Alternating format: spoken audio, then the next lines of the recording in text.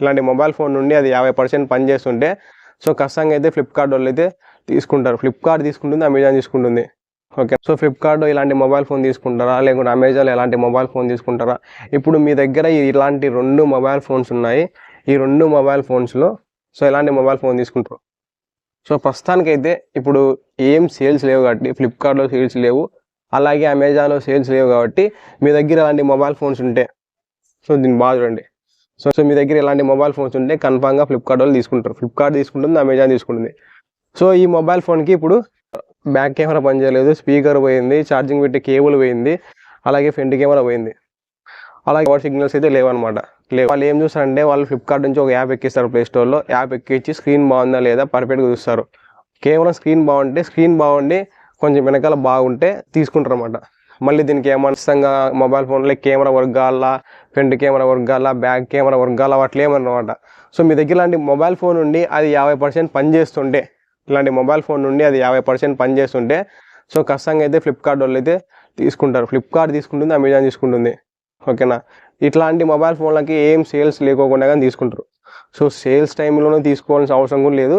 ఇప్పుడు మీ దగ్గర ఇలాంటి మొబైల్ ఫోన్ ఉంటే సో మీరు ఎక్స్చేంజ్లో కొత్త మొబైల్ ఫోన్ తీసుకోవాలంటే తీసుకోవచ్చు. మీరు సేల్స్ టైం వరకు వెయిట్ చేయాల్సిన అవసరం లేదు. కానీ మీ దగ్గర ఇలాంటి మొబైల్ ఫోన్ ఉంటే, ఇప్పుడు మీ దగ్గర ఇలాంటి మొబైల్ ఫోన్ ఉంటే బాగా గుర్తురండి. సో మీ దగ్గర ఇలాంటి మొబైల్ ఫోన్స్ కింద ఉంటే మీరు కన్ఫామ్గా సేల్స్ వరకు అయితే వెయిట్ చేయాలా తప్పదు.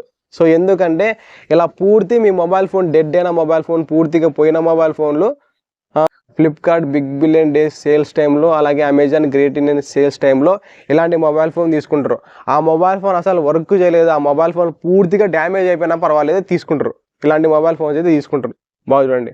ఓకేనా, సో మీరు ఇప్పుడు పెడితే ఇలాంటి మొబైల్ ఫోన్ తీసుకోరు. మీరు ఎప్పుడు పెట్టాలంటే ఎక్స్చేంజ్ సంవత్సరానికి ఒకసారి వస్తాయి కదా Flipkart big billion day sales, Amazon great Indian sales. అప్పుడు వరకు వెయిట్ చేసి అప్పుడు ఫస్ట్ రోజు కానీ, సెకండ్ రోజు కానీ, థర్డ్ రోజు కానీ వెంటనే పెడితే తీసుకుంటారు. కానీ ఇప్పుడు తీసుకోరన్నమాట. ఇలాంటి మొబైల్ ఫోన్స్ ఉంటే 50% పనిచేస్తుంటే ఇలాంటి మొబైల్ ఫోన్ ఉంటే కన్ఫామ్గా తీసుకుంటారు.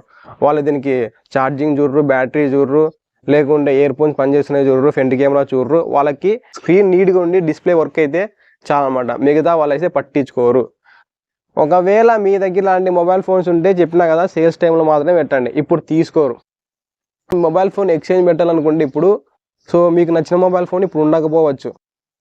రియల్మీ కానీ, వివో కానీ, ఇంకోటి కానీ కొనాలనుకుంటే ఇప్పుడు మీ పాత మొబైల్ పెట్టి కొత్త మొబైల్ ఫోన్ తీసుకుందామంటే కొత్త మొబైల్ ఫోన్ ఇప్పుడు ఓల్డ్ మొబైల్ ఫోన్ ఎక్స్చేంజ్ లేకపోవచ్చు. అందుకోసం మీరు ఫ్లిప్కార్ట్ సేల్స్ చిన్న సేల్స్ వస్తాయి.